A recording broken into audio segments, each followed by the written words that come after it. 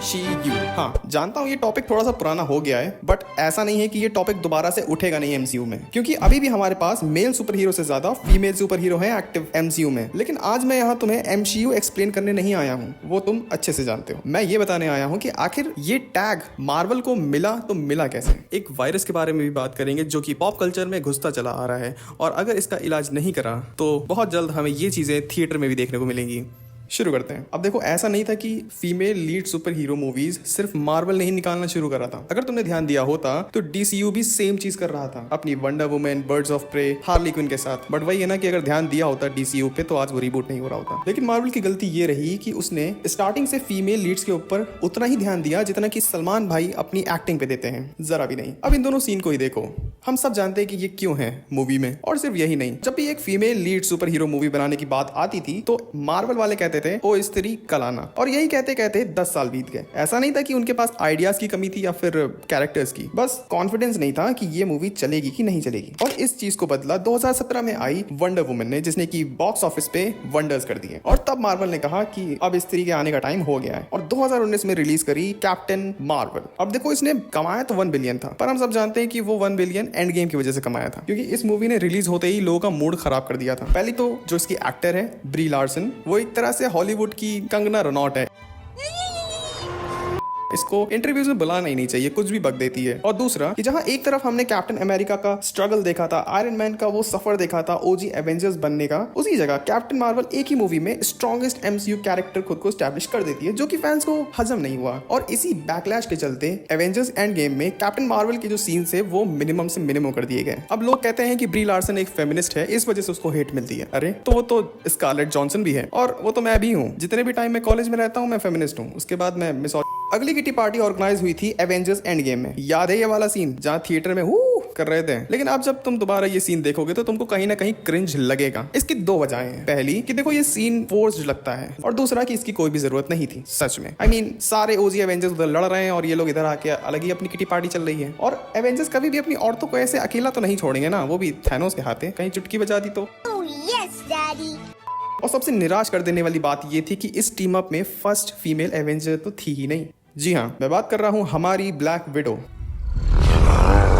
मेरा मतलब black window की। अब 2021 में रिलीज हुई ब्लैक विडो, जिसके साथ बहुत सारी कंट्रोवर्सीज तो। लेकिन इस मूवी को मैक्सिमम जो हेट मिली थी वो इसी वजह से मिली थी कि इसके मेन लीड के साथ साथ इसकी विलेन भी फीमेल थी। प्रॉब्लम ये नहीं थी कि वो फीमेल थी, प्रॉब्लम ये थी कि जो कैरेक्टर वो प्ले कर रही थी उसका जेंडर बदल दिया गया था। यानी कि टास्क मास्टर वो कॉमिक्स में तो मेल था, बट यहाँ पे वो एक फीमेल था। ऑनेस्टली ये लड़की कभी भी टास्क मास्टर बनने के लायक नहीं थी। मैं तो भूल ही चुका था कि ये एग्जिस्ट भी करती है। मैं तो ये भी भूल चुका था कि ये मूवी एग्जिस्ट करती है। मैं तो ये भी भूल चुका था कि मैं ही एग्जिस्ट।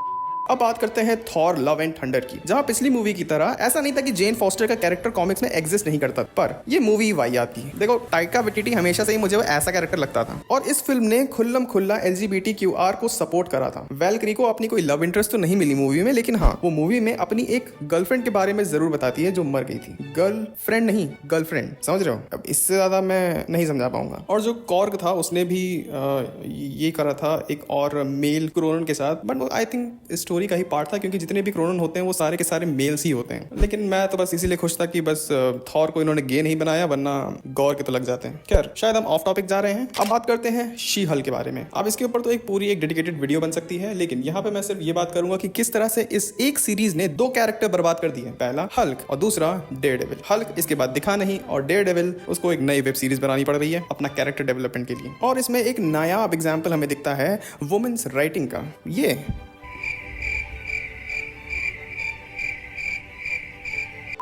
अब देखो, जहाँ पे ये सीरीज जो है वो वुमेन्स का रिप्रेजेंटेशन दिखा रही थी करंट सोसाइटी में, बट जो भी इसका अप्रोच था, राइटिंग थी, ये एक मजाक बन के रह गई, और बहुत ही बुरा मजाक। और मैंने इस सीरीज को पूरा देखा था। मतलब एक टाइम था मेरी जिंदगी में जब मैं बहुत ज्यादा वेला था। और अब बात करते हैं वकांडा फॉरएवर। अगर जो फीमेल लीड को लेकर मार्वल ने कोई मूवी सही करी है तो आई थिंक वो यही मूवी है, क्योंकि सर चैडविक बोजमैन के जाने के बाद मार्वल के पास खाली 2 ही ऑप्शन थे, या तो वो उनको रिकास्ट कर लेते या फिर टाइम जंप लेकर उनके बेटे को ब्लैक पैंथर बना देते, जो कि इतना सेंसिबल नहीं रहता, क्योंकि इसमें भी एटलीस्ट 10-12 साल का टाइम जंप चाहिए था और उनको रिकास्ट करना भी कोई सही ऑप्शन नहीं था। फैंस कभी नहीं मानते, तो सबसे बेस्ट अप्रोच यही था कि शूरी को ब्लैक पैंथर बना दिया जाए एटलीस्ट कुछ टाइम के लिए, जब तक कि उनका बेटा बड़ा नहीं हो जाता। मूवी कुछ तो सही कर जाती है। और इसके बाद द मार्वल्स। अब इसके बारे में मैं ज्यादा बात नहीं करूंगा क्योंकि मैंने ये मूवी नहीं देखी है और हम सब जानते हैं कि कितनी वाहियात मूवी है और इसका इतना वाहियात और इतनी बुरी तरह से पिटना जरूरी भी था, क्योंकि इसके बाद शायद मार्वल को रियलाइज हुआ था कि वो क्या गलती कर रहे हैं। क्योंकि इसके बाद जो मूवीज आई हैं या इसके बाद जितने भी इन्होंने अनाउंसमेंट करे हैं, दे मेक सेंस और ऐसा लग रहा है कि हाँ शायद अपनी गलतियों से सीख रहे हैं, भले 3-4 साल बाद, जब जागो तब सवेरा। अब बात करते हैं रियल प्रॉब्लम की। बहुत लोगों को लगता है कि एमसीयू के जो फैंस हैं उन्हें इस बात से नफरत है कि फीमेल्स मेन लीड में नहीं होनी चाहिए, जो कि सरासर गलत बात है। Marvel fans love female, Thor love female, I love female. Problem यहाँ ये नहीं है कि वो किसी मेन लीड को प्ले करें, नहीं। बात यहाँ ये है कि जो कैरेक्टर्स ऑलरेडी एग्जिस्ट करते हैं उनके मेल वर्जन में उन्हें रिप्लेस ना करा जाए एक फीमेल वर्जन से। फॉर एग्जाम्पल, हल्क की जगह शी हल्क, वो एक रिप्लेसमेंट की तरह ही था, बस वो काम नहीं करा। आयरन मैन की जगह आयरन हार्ट का होना। अब ये डिबेट बहुत लंबे समय तक चलेगा, मार्वल की भलाई इसी चीज में है कि वो इन चीजों से दूर रहे, क्योंकि जिस वायरस की मैं बात कर रहा हूँ वो और कुछ नहीं बल्कि वोक फेमिनिज्म है, जो कि पॉप कल्चर में घुस चुका है। और जितने भी ये डिसीजन या जितनी भी ये चीजें मैंने तुम्हें भी बताई, ये कहीं ना कहीं ये वोक फेमिनिज्म का ही पार्ट है। कोई ना कोई वोक फेमिनिस्ट बैठा हुआ है जो कि डिसीजंस ले रहा है।